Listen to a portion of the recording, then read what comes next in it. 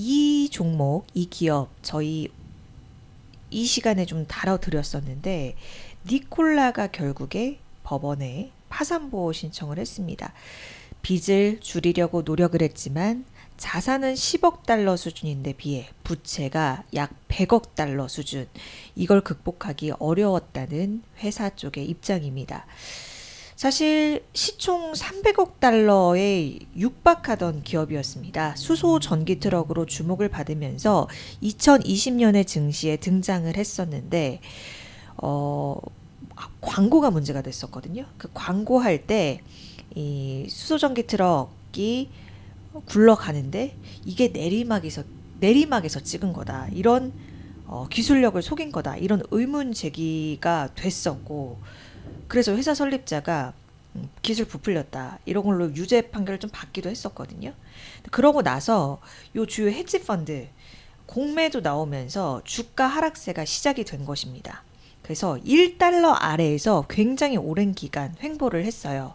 그래서 액면 병합하고 하면서 이제 보여지는 주가 유지에도 좀 열심히 했는데 결국 1달러 선 회복하는데 실패를 했습니다. 법원에 파산보호 신청 결국에 하게 된 거고요. 오늘 이 니콜라뿐만이 아니라 리비안, 루시드 그리고 전구차 배터리 관련 퀀텀스케이프까지 하락세를 면치 못했습니다.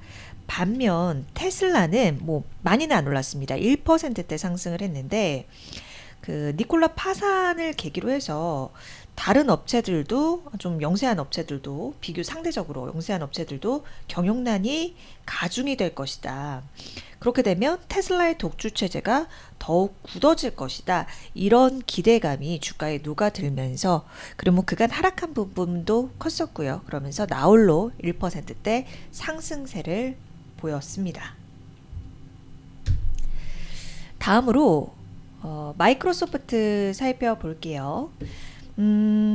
양자 컴퓨팅 칩 마요라나 원 이걸 마이크로소프트가 공개를 했습니다.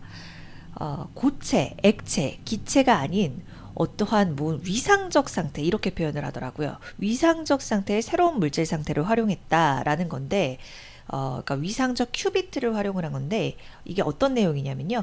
모양이 변해도 본질이 변하지 않는 그런 특성을 가진 상태의 큐비트를 활용했다라고 보시면 될 것 같아요. 그래서 이것을 양자 컴퓨팅의 도약이라고 마소에서는 좀 자평을 하기도 했는데요. 이 현재 데이터 센터 성능을 뛰어넘는 컴퓨터를 구동할 수 있다. 그래서 이제 양자 컴퓨팅이 주목을 받고 있는 건데 이 양자 컴퓨팅은 여러분 잘 아시다시피 기존 0, 1 이런 이진수로 데이터를 처리하는 대신에 동시에 큐비트란 체계로 동시에 처리를 해서 굉장히 빠른 연산, 아주 초월적인 연산이 가능한 그러한 기술이잖아요. 그래서 마이크로소프트는 요 마요라나 1의 손바닥 크기의 칩인데 여기에 최대 100만 개의 큐비트를 담을 수 있다고 언급을 했습니다. 구글이 앞서서 그 윌로우를 공개를 했었는데 마요라나 1까지 기술이 참 빠르게 좀 진보하고 이렇게 기술이 또 산업에 접목돼서 발전하는 걸 보면서 저는 그런 생각을 좀 가끔 해요.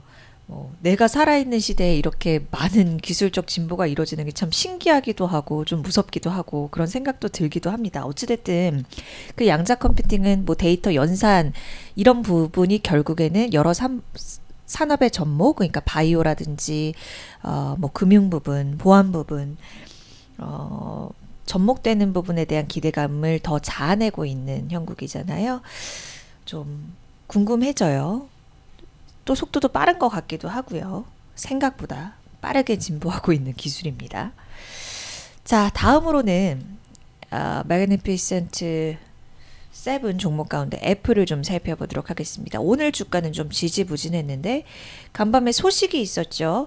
이것 때문에 많이 주목을 받았어요. 최근에 애플이 아이폰을 참 못 팔았고 12월 기준으로 못 팔았고 그 가운데 중국에서는 아주 중국 내 업체들의 맞으면서 그 매출 판매 감소폭이 굉장히 컸다는 소식을 전해드렸었는데요. 결국에 출시를 했어요. 차세대 보급형 아이폰 16E를 출시를 한 것이죠. 그 4세대 SE4, SE4로 이제 이름이 나오냐, 아니면 16E로 나오냐, 이 얘기를 말씀을 드렸었던 것 같은데, 결국에는 바뀌어서 나왔네요. 진짜 SE4가 아니라 16E로 나왔는데, 약간 의도한 바가 있지 않겠나 라고 생각이 들더라고요. 일단 21일에 사전 예약 들어가서 28일에 출시를 한다고 하는데, 한국도 1차 출시국에 포함이 됐습니다. 원래 퀄컴 모뎀 칩을 쓰다가 이번에 애플 자체 개발 모뎀 칩을 여기에 처음으로 탑재를 한다고 해요. 그리고 아이폰 16이 이름 쓴 데에 또 이제 연관성이 있는 게 보급형 모델이지만 프로세서도 요 아이폰 16에 탑재한 거랑 똑같은 걸 탑재를 하고, 그래서 보급형이지만 보급형 아닌 듯한 그런 느낌을 주는 데 노력을 했다, 이런 생각이 좀 들기도 하더라고요. 근데 가격대를 보면 글쎄, 지금 보급형 시장에 겨냥한 강력한 대안이라고 애플에서 자평을 했지만, 그렇게 예상을 했지만, 과연 그만큼 유인을 할 수 있을까? 이렇게 저는 조금 의문이 들었어요. 왜 그러냐면, 그러니까 이런 16 같은 이런 주력 제품군 대비해서 가격은 $200 정도 수준, 낮은 수준이긴 한데요. 보급형 모델 대비해서는 $170가 좀 높은 수준이에요. 그리고 기능 같은 경우에도 카메라 1개, 보급형 모델이니까요. 그리고 이게 SE4, SE 모델을 쓰는 분들, 제가 주위에서도 보면 요 홈 버튼 때문에 못 벗어난다는 분들도 있었는데, 홈 버튼은 제외됐고, 이것도 맥세이프는 안 됩니다. 뭐 이런 좀 기능적으로 좀 떨어지는데, 가격대에 있어서는 그렇게 경쟁력 있는 가격대인가 봤을 때 약간 의문점이 저는 들었거든요. 그래서 저만 이렇게 생각을 하나 궁금해서, 제가 그 한국 약간 그 스마트폰 같은 거 출시되면은 가장 핫한, 가장 정보에 좀 빠른 그런 커뮤니티 글 제가 지금 캡처해 온 건데, 지금 좀 읽어드리면, SE를 저가격에 이러고 막 밑에는 덜덜덜덜 이러고 99만 오마이갓 그리고 아이폰 5C 같은 저가형인 듯, 근데 자체 모뎀이라던데 퀄컴 안 쓰고 미쳤네요, 아이폰 16 프로 살 듯요, 뭐 이렇게 나와 있더라고요. 근데 이게 어쨌든 우리는 환율 때문에 환율 가격을 이제 무시를 할 수가 없으니까 이게 국내에만 이런가 해서 레딧을 또 들어가 봤죠. 근데 레딧을 보면 $500 정도 가격이라고, 이럴 거면 15% 중고 사는 게 낫지. 그냥 카메라 하나 있는 뭐 그냥 그런 거네. 뭐 이런 평가. 그러니까 평가가 썩 긍정적으로 나오지는 않는 상황이더라고요. 그래서 애플이 지금 아이폰 매출 좀 떨어져서 난리인데, 글쎄요, 이만큼으로 견인을 할 수 있을까? 저는 약간 의문부호가 그려지는 그런 내용이었습니다. 저 같은 경우도 지금 사실 제가 폰을 2개를 사용을 하는데, 아이폰은 되게 오래된 모델을 써요. 아이폰 XS를 쓰고 거의 5년, 6년 정도 됐습니다. 이게 사실 저의 이게 제가 가족들이랑 뭐 고등학교 친구 몇 명 정도랑 연락을 하는 그런 용도이거든요. 근데 이게 제가 아이폰을 워낙 좀 오래 쓰기도 했었었고, 그리고 이런 인터페이스를 좀 벗어나기가 좀 힘들어서 익숙해서 아이폰은 그냥 일단 유지를 하는.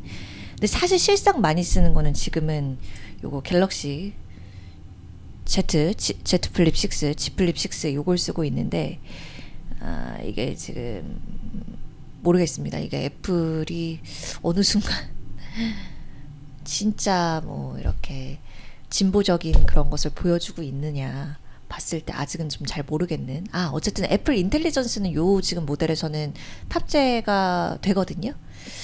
그 부분이 얼마나 좀 획기적으로 사용자들의 마음을, 소비자들의 마음을 끌 수 있을지 좀 봐야 될 것 같아요.